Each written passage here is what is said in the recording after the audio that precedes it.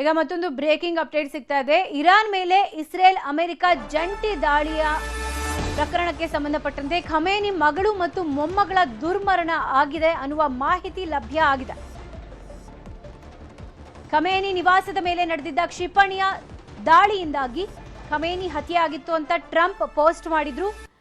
ಈಗ ಸಿಗ್ತಾ ಇರುವ ಮಾಹಿತಿಯ ಪ್ರಕಾರ ಖಮೇನಿಯ ಮಗಳು ಮತ್ತು ಮೊಮ್ಮಗಳ ದುರ್ಮರಣ ಆಗಿದೆ ಅಂತ. ಇರಾನ್, ಇಸ್ರೇಲ್, ಅಮೆರಿಕಗಳ ನಡುವಿನ ಯುದ್ಧದಿಂದಾಗಿ ಖಮೇನಿ ಹತ್ಯೆ ಆಗಿತ್ತು ಅಂತ ಟ್ರಂಪ್ ಸ್ವತಃ ಪೋಸ್ಟ್ ಮಾಡಿದ್ರು ತಮ್ಮ ಸೋಷಿಯಲ್ ಮೀಡಿಯಾ ಅಕೌಂಟ್ನಲ್ಲಿ. ಈಗ ಖಮೇನಿ ಮಗಳು ಮತ್ತು ಮೊಮ್ಮಗಳ ಮರಣ ಕೂಡ ಆಗಿದೆ ಅನ್ನುವ ಮಾಹಿತಿ ಲಭ್ಯ ಆಗ್ತಾ ಇದೆ. ಖಮೇನಿ ನಿವಾಸದ ಮೇಲೆ ಕ್ಷಿಪಣಿ ದಾಳಿಯನ್ನ ಮಾಡಲಾಗಿತ್ತು. ಅಮೆರಿಕ, ಇಸ್ರೇಲ್ ಜಂಟಿಯಾಗಿ ಕ್ಷಿಪಣಿ ದಾಳಿ ಮಾಡಿದ್ರು ಖಮೇನಿ ನಿವಾಸದ ಮೇಲೆ. ಈ ವೇಳೆ ಖಮೇನಿಯ ಮಗಳು ಮತ್ತು ಮೊಮ್ಮಗಳನ್ನ ಕೂಡ ಹತ್ಯೆ ಮಾಡಲಾಗಿದೆ. ಅಂದ್ರೆ ಈ ಘಟನೆಯಲ್ಲಿ ಮಗಳು ಮತ್ತು ಮೊಮ್ಮಗಳು ಕೂಡ ಸಾವಿಗೀಡಾಗಿದ್ದಾರೆ ಅನ್ನೋ ಮಾಹಿತಿ ಸಿಕ್ಕಿದೆ.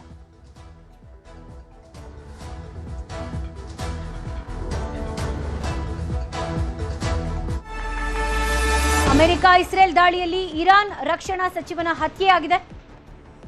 ಇರಾನ್ ರಕ್ಷಣಾ ಸಚಿವ ಅಮೀರ್ ನಾಜಿರ್ ಝಾಡೆ ಸಾವನ್ನಪ್ಪಿದ್ದಾರೆ. ಖಮೇನಿ ಆಯಿತು, ಖಮೇನಿಯ ಮಗಳು ಮೊಮ್ಮಗಳ ದುರ್ಮರಣ ಆಗಿದೆ ಅನ್ನುವ ಮಾಹಿತಿ ಸಿಕ್ಕಾಯಿತು. ಈಗ ಇರಾನ್ನ ರಕ್ಷಣಾ ಸಚಿವ ಅಮೀರ್ ನಾಜಿರ್ ಝಾಡೆ ಕೂಡ ಸಾವನ್ನಪ್ಪಿದ್ದಾರೆ ಅಂತ ಹೇಳಲಾಗ್ತಾ ಇದೆ. ಇರಾನ್ನ IRGC ಕಮಾಂಡರ್ ಮೊಹಮ್ಮದ್ ಪಕ್ಪೌರ್ ಕೂಡ ಸಾವನ್ನಪ್ಪಿದ್ದಾರೆ ಅಂತ ಹೇಳಲಾಗ್ತಾ ಇದೆ. ಇಸ್ರೇಲ್ ಮತ್ತು ಅಮೆರಿಕ ಜಂಟಿ ದಾಳಿ ಮಾಡಿ ಕ್ಷಿಪಣಿಯ ದಾಳಿಯಲ್ಲಿ ಇರಾನ್ನ ರಕ್ಷಣಾ ಸಚಿವನ ಹತ್ಯೆಯಾಗಿದೆ. ಇರಾನ್ ರಕ್ಷಣಾ ಸಚಿವ ಅಮೀರ್ ನಾಜಿರ್ ಝಾಡೆ ಸಾವನ್ನಪ್ಪಿದ್ದಾರೆ. ಇರಾನ್ನ IRGC ಕಮಾಂಡರ್ ಮೊಹಮ್ಮದ್ ಪಕ್ಪೌರ್ ಕೂಡ ಸಾವನ್ನಪ್ಪಿದ್ದಾರೆ.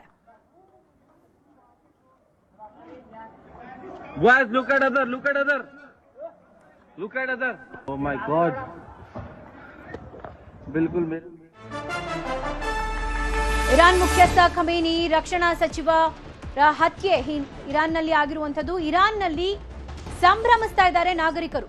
ಇಸ್ರೇಲ್ ಸೇನೆ ಪರ ಘೋಷಣೆಗಳನ್ನು ಕೂಗ್ತಾ ಸಂಭ್ರಮ ಪಡ್ತಾ ಇದ್ದಾರೆ. ಪ್ರಪಂಚದ ಅತ್ಯಂತ ಕ್ರೂರ ವ್ಯಕ್ತಿ ಖಮೇನಿ, ಹೀಗಾಗಿ ಹತ್ಯೆ ಮಾಡಲಾಯಿತು ಅಂತ ಟ್ರಂಪ್ ಪೋಸ್ಟ್ ಮಾಡಿದ್ರು. ಜೊತೆಗೆ ಈಗ ರಕ್ಷಣಾ ಸಚಿವರ ಹತ್ಯೆ ಕೂಡ ಆಗಿದೆ, IRGC ಮುಖಂಡರ ಹತ್ಯೆ ಕೂಡ ಆಗಿದೆ. ಹೀಗಾಗಿ ಇರಾನ್ನಲ್ಲಿ ಸ್ಥಳೀಯರು, ನಾಗರಿಕರು ಸಂಭ್ರಮ ಪಟ್ಟಿದ್ದಾರೆ.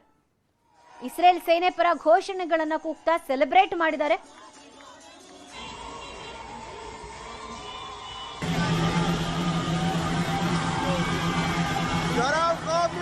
سلام دنیا